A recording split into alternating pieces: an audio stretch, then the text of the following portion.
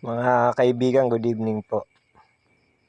Ang makina niyo po bang panahe na single po naka-timing pero nagtataka po kayo kung bakit ayaw po niyang tumahi ng maayos. Tuhog ng tuhog po at saka nagpapangat.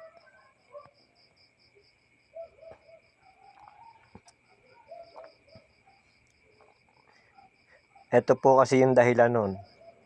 Baka ganito rin po yung mga nagiging dahilan kung bakit nagtataka kayo. Naka-timing naman po yung makina niyo kung ba't ayaw gumanda po ng pasada. Bubuksan po natin yung rotating at nang makita po natin yung dahilan. Tinatanggal lang po natin yung position finger niya, yung pinaka-lock po ng rotating.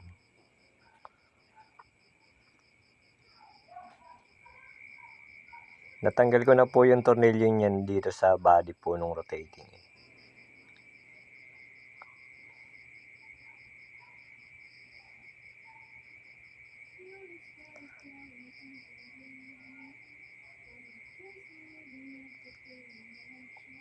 Ayan, hanggang po sa loob niyan po yung sinulid po nakabilot po yan. Kaya po hindi siya tumitino. Naaapektuhan po yung pagtakbo ng sinulid niya dahil po rito sa nakapaikot po na to. Pagka po may ganyan na rotating nyo, hindi nyo na po magagamit po ng matino. Ang kailangan lang puro ang tanggalin po. Tsaka nyo po ibabalik po. Pag malinis na po, ibabalik nyo lang po ulit. May baklasan po dyan yung 3 tornilyo pong maliliit. Ito pa ikakabit na po natin. Binabaklas lang po yung 3 tornilyo pong maliliit dyan. Yung naglalak po. Pinakakanal po niya para umikot ng maayos.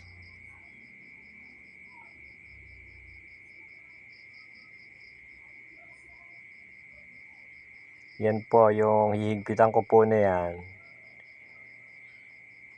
Yan po yung binaklas ko po kanina.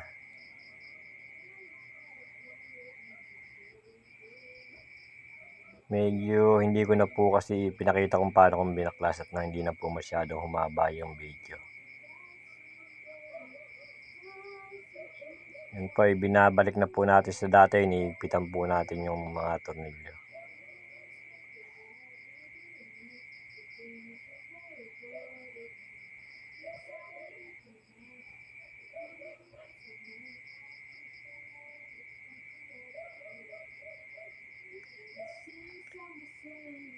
Yun po 3 tornilyo po ang babaklasin, hindi po yung kabilang linya, basta yung may 3 tornilyo lang po.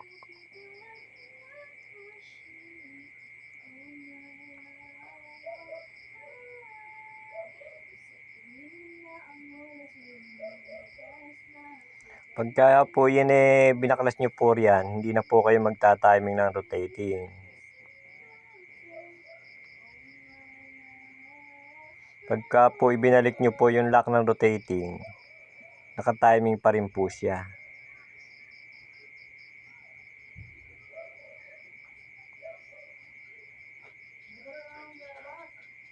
Yan po yung pinaka-position finger po na yan.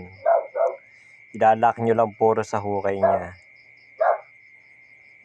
Tsaka nyo po hihigpitan.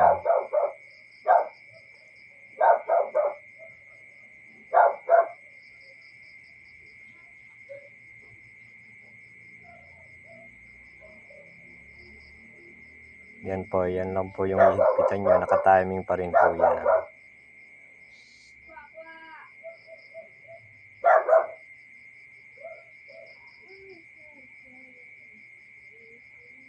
Pwede na po yung gamitin po ngayon. Okay na po yung kondisyon niya.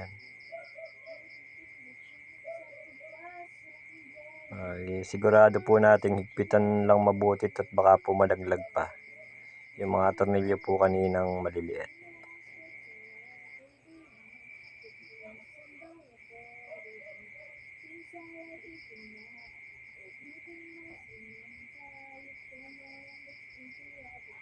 Ayan po. A few minutes later. Nakalak na po yun.